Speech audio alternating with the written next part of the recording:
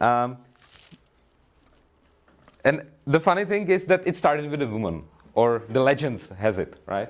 This is Ada Lovelace, and she's quoted to be the first programmer.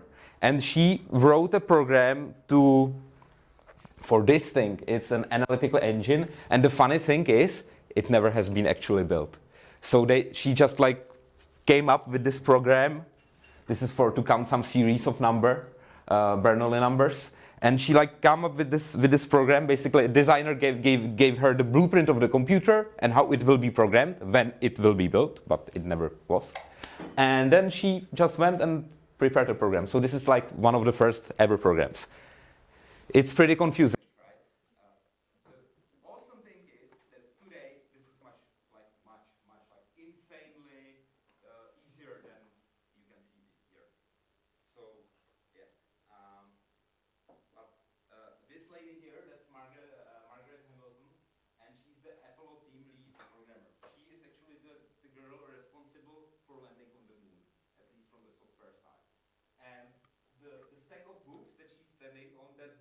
Command and control and landing program that was in the Apollo moon mission and the whole navigation. So, and she wrote like, let's say 30% of it, and then her team.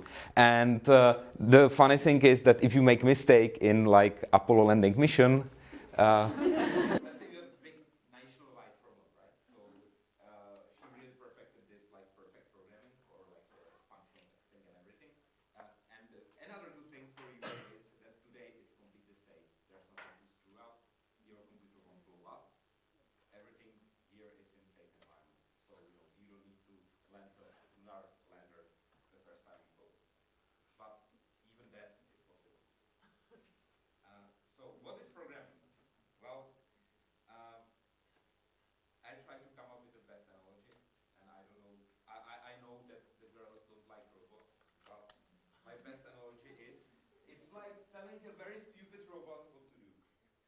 and the very stupid robot can be your computer, can be some server, can be your fridge, can be your television.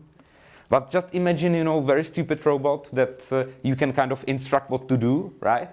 And there are some key points about those robots, right? They do not think, they do not have a brain, right? So they cannot be like, maybe the programmer made a mistake here, so I will correct for him, right? No, like they are stupid. They will just do what you tell them. They just follow your instructions. They go from top to bottom, like, first go front, then turn right, then go here, and if there is carpet, go one more step. Something like that, right? They are precise. So you can say, go exactly 1.5 meters front. And they're like, yeah, sure. And then like, without anything, they will do. Right, that wasn't 1.5 meter, but you get the point. Right, but like, you can imagine that if you have a self-driving car, that has to be really precise in terms of how fast it is going, when to brake and so on. They do not make mistakes if they are not like broken. So that means that if they do mistake, it's usually your mistake. You like instructed them wrong.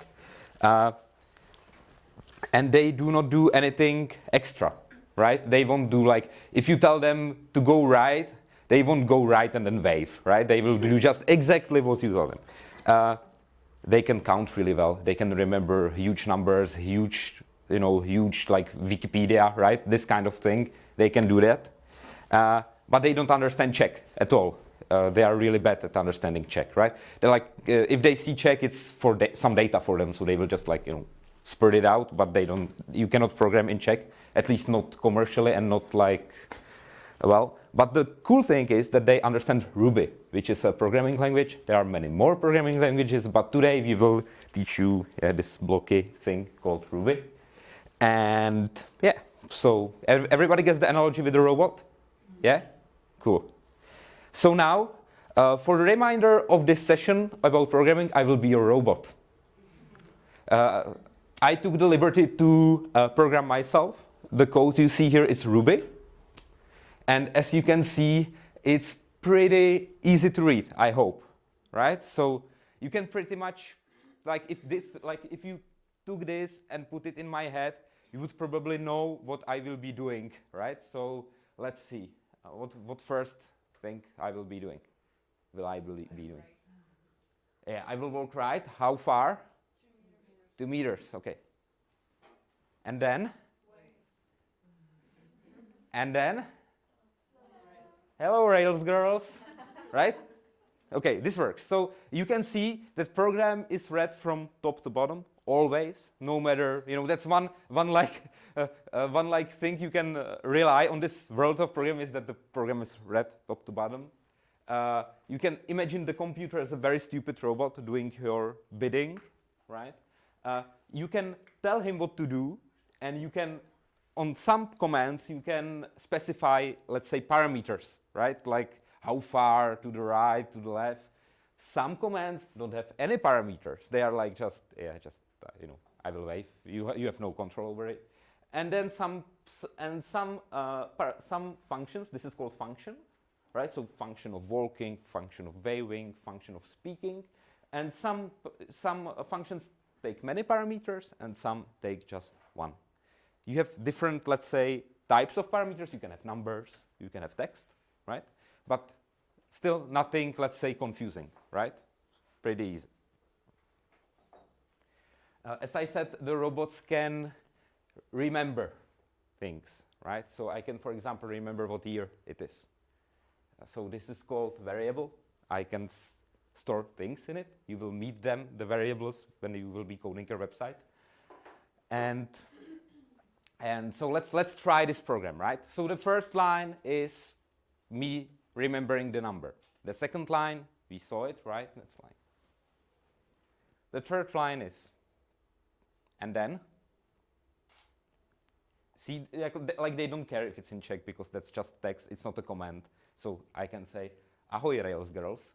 And then I can also speak, and you can see I can put the year here that I've remembered in the start.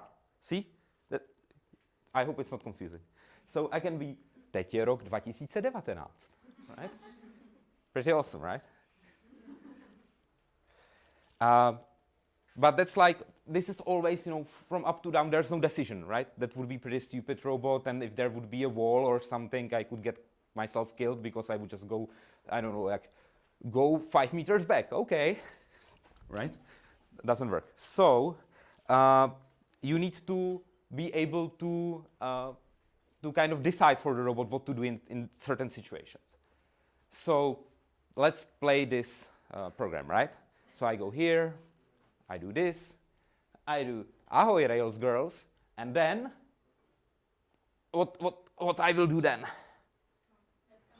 Okay.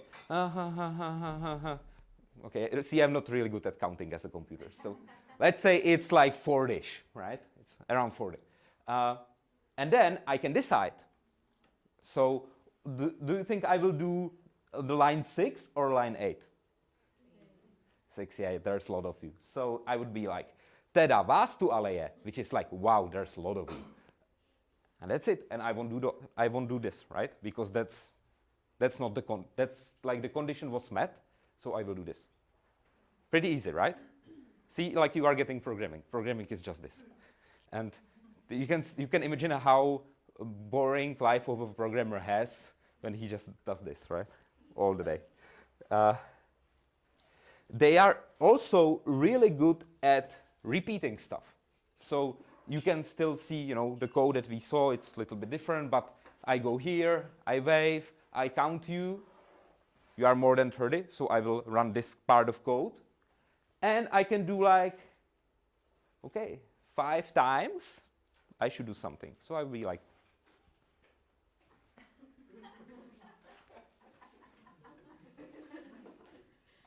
ahoy RailsGirls. See? Still, and this is programming, right? But the robot is just virtually in your computer.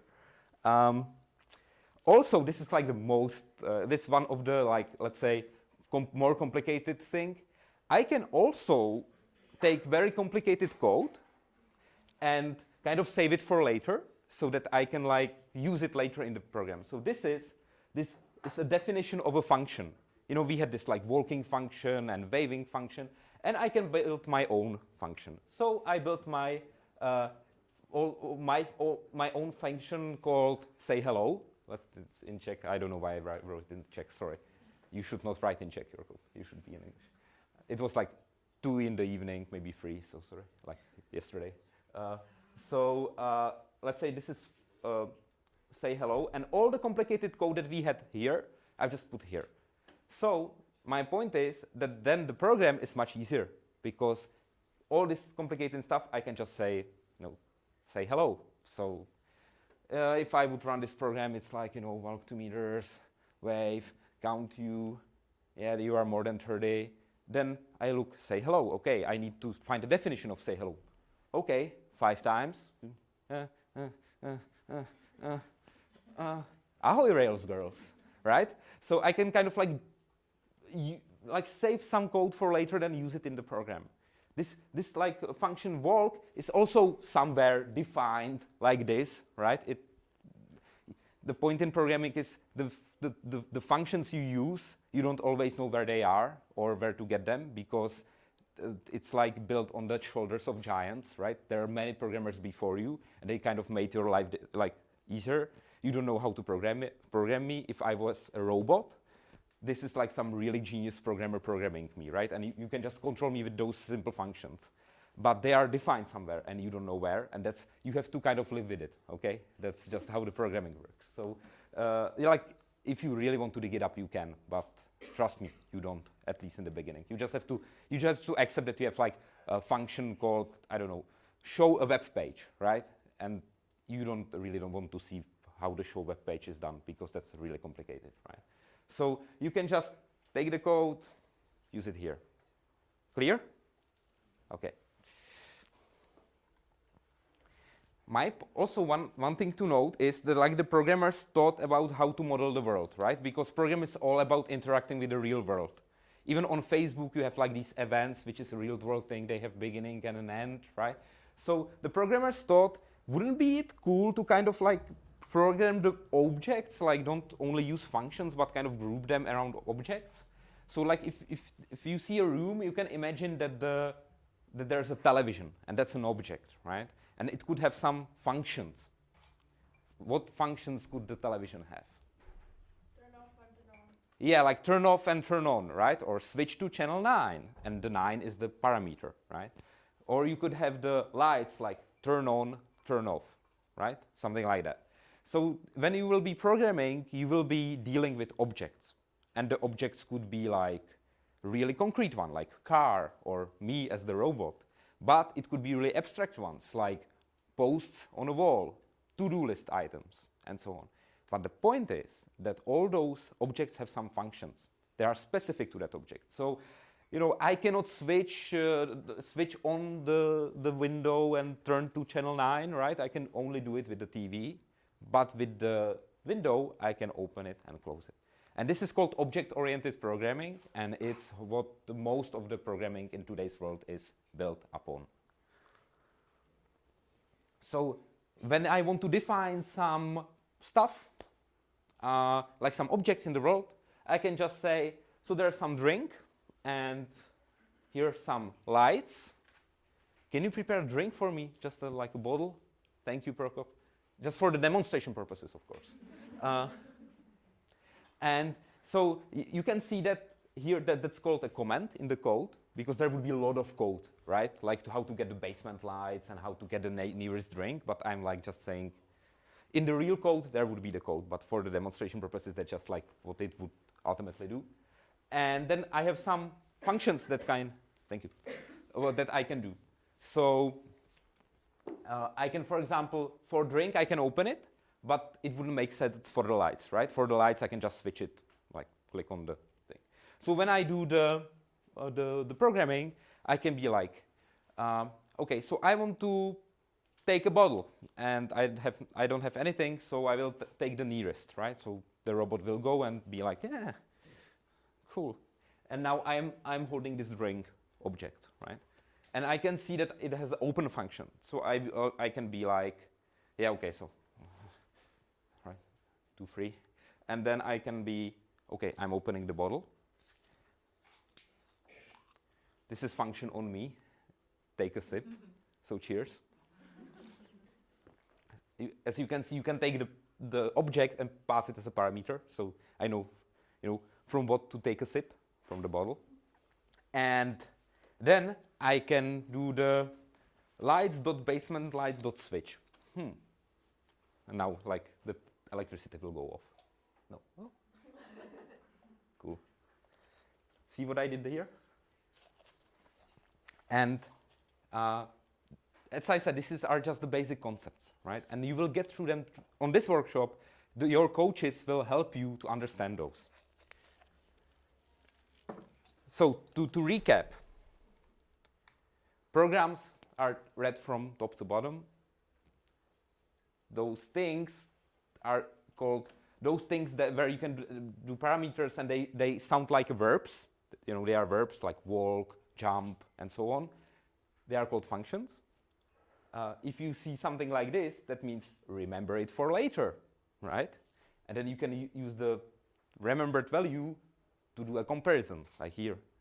This is called, basically a decision, right? It's a decision. If there's more than 30 girls, I can go somewhere. The computers are really good at repeating. And you can kind of structure the program, into smaller and smaller pieces through definitions and through objects, like drink or lights or your website or your tweets and so on. Cool? Like introduction. And today we will talk about web apps. The thing you will be building is a web application, right? So what do you think is a web app? Do you know any web apps in the wild? Like you use them like all the time. Yeah, Facebook, of course. What's another one? Come on. That's a good one. Banking. Excuse me? Internal banking. Exactly, internal banking. That's also in a web app. What else? Instagram, yes. Or Twitter, or Gmail, or Seznam, or everything which is not like passive, right? Like where you input some information, it does some magic, and then spits out the result. Normally we teach this on Facebook, but due to GDPR and everything, we will be teaching it on Twitter because the people embarrasses themselves for free and kind of willingly. So let me get to a Twitter. Ooh. Oh, this is actually my browser window. Sorry. Let me get to Twitter. So, this is Twitter, right? And this is my wall, right? And you can kind of see that the web app is basically composed of some things, right? You have some elements on the page with some content, and it kind of looks like something, right? And some robot decided that it should show me this website. That's the three parts, right? So basically, I will get back to it. Will make sense in a while, just in a little while. So basically, the website had to decide that I want to see my tweets. It will be my tweets, not your tweets. There will be my ugly picture somewhere, and so on. So that's the logic of the website, right? That's how the app behaves. What should it do? And today, for this purposes of the course, of this workshop, it's written in Ruby, right? So that's the programming language. But also, it needs to send you all the data, right? All the tweets, kind of get it to the browser to see. So the logic produces something. Oh, there should be structure. So it builds the structure, right, of the website. So that means there should be a header and a section and an article or a tweet, right? And it kind of builds this structure. And that is written in HTML. It's just, think about it as a different programming language used only for the structure. And then the looks are important, right? So then it will send also some style, how to, because this would be like plain text, just a black and white Twitter. Just imagine black and white Twitter, nothing, no images, nothing. And then you send some style, and it will do, ooh, and right? The browser will combine those things, and it will look really nicely. So that's called CSS. Let me demonstrate. So I will take this Twitter, And this is the like some server with a logic in Ruby. I think that Twitter actually was written in Ruby way back. Now it's not. It sent me this structure, the HTML, and the styles in CSS. I can show you both. That I'm not bullshitting you. So you can see the structure of a website, right? So you can see that there's like a lot of different blocks, like profile, avatar, image, and like a profile, not profile, whatever blocks, right? This is like a really complicated website. There's a lot of it, but you can see the structure also here in the code. This is the HTML. So you can see that there's like, let me see, that for a tweet, if I go to a tweet, like here, oh, that's a really bad example. Let's go to my, this is better. You can see that there's a link to my name, and you can see Vráťa Kalenda, see? And this is linked to my name, and here's my name. I know it's really complicated. We'll do much simpler websites, but my point is that I can edit the structure. So I can be like, your robot, right? And this is, and we will show you how to do this. Like I'm not editing the Twitter, of course. I'm editing just my local copy of it, right? What the browser sent me. But my point is that you don't have to be afraid. This is just the structure of the information, and the way how it looks is here in the styles. See that here is like a tab called styles, and this is the CSS, how it looks, right? And this is like font size should be 21 pixels, then it should be bold, and so on. My point is, I can also edit this, right? So if I want to have it in the red color, it won't let me. Let's try this one. Yeah, sometimes even like this is, okay, so, see? So styles are for the, how it should look. So I can make it red, I can make it bigger, smaller, whatever. I can also completely break the site if I, for example, like click here and what I can see, I can like little bit mess with the design, how I turn it on and off. You can do this with every website in your browser, by the way, kind of like look under the hood, how the structure is built and how the styles are built. So you can kind of like look at your favorite website, kind of like see how it's built, right? Start with something simple, right? This is pretty let's say complicated website. So that's the logic, that's the structure, and that's the styles. When you are programming web apps, you have to think about two stuff. You have the browser, that's the thing you use every day, and then you have the server. That's where the logic runs, where the robots reside, right? This is like a robotic country, and then there's a browser. And let's imagine that there's the Twitter, right? And you are like your browser. If you go to my web page, it's like, please give me, this address. They'll give me a page for this address, and the server is like, it's thinking in Ruby, right? And then it's like, okay, so Bratislav, okay, I need to find all the tweets for Bratislav, and then I need to build the structure and the styles and send it back, right? And then and the browser looks at the structure and the styles, put it together, and does, awesome. And this is how the web apps are built, right? So the logic is written in Ruby, the structure of the information is written in HTML, and the styles are in the CSS. Today I know that it's a lot, but today we will teach you the basics of all of those three things. And at the end of the workshop, hopefully everyone will have a simple web application. Not like Twitter, more like a to-do, like where you can add or remove to-dos. But I am very confident that everyone will get there. Okay?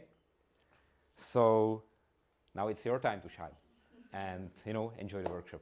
Thank you.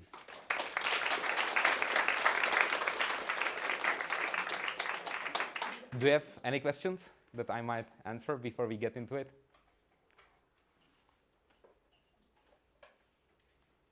No one? Okay.